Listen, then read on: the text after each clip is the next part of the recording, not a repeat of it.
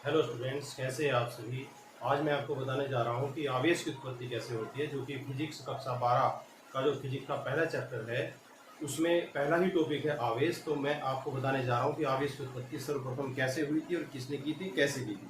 तो आप देखेंगे, आपको ऐसा किसी ने भी नहीं बताया होगा कि आवेश की उत्पत्ति कैसे हुई थी। मैं आपको बताने जा रहा हूँ। आप जैसे कि बोर्ड पर देख रहे हैं कि जब किसी छड़ को हम ऊन या खाल से रगड़ते हैं तो वह छड़ आवेशित हो जाती है। जैसे कि आप चित्र में देख रहे हैं, हमारे पास एक छड़ है और इस छड़ के पास में हमने क्या किया है, कागज के छोटे छोटे टुकड़े हमने इसके पास डाले हैं।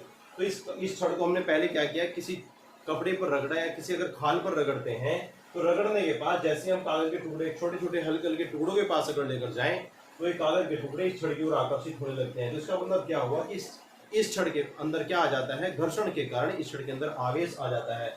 आप जैसा कि देख रहे हैं, आवेश कितने प्रकार के होते हैं। आवेश को दो प्रकार से बांटा गया है, दो प्रकारों में बांटा गया है। जैसे कि आप देख रहे हैं बच्चों कि धनात्मक आवेश और ऋणात्मक आवेश। धनात्मक आवेश की उत्पत्ति कैसे की गई है। धनात्मक आवेश की उत्पत्ति बच्चों, कांच की छड़ को जब हम रेशम से रगड़ते हैं, कांच की छड़ को रेशम से रगड़ने पर धनात्मक आवेश की उत्पत्ति की गई है। और ऋणात्मक आवेश की उत्पत्ति एबोनाइट की छड़ को अगर हम बिल्ली खाल से रगड़ते हैं तो एबोनाइट छड़ को जब हम बिल्ली खाल से रगड़ते हैं तो हमारे पास ऋणात्मक आवेश उत्पन्न हो जाता है। तो इसके बाद हम क्या करते हैं, आवेशों की प्रकृति हम देखते हैं। आवेशों की प्रकृति के आधार पर आवेशों को दो भागों में बांटा गया है। जैसा कि आप देख रहे हैं, सजातीय आवेश और विजातीय आवेश होते हैं। सजातीय आवेश में क्या करते हैं, प्लस और प्लस होता है और माइनस होता है। प्लस प्लस को जब हम पास लेकर आते हैं तो दोनों में क्या होता है, प्रतिकर्षण एक दूसरे को करते हैं, एक दूसरे को दूर हटाते हैं।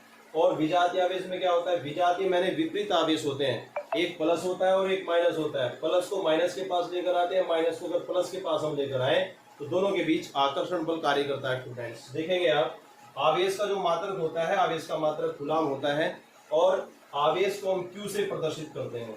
बच्चों आप देख रहे हैं, सर्वप्रथम आवेश की जो उत्पत्ति हुई थी वो कोई हमारे पास छड़ थी, वो एबोनाइट की छड़ हो सकती है, वो कांच की छड़ हो सकती है।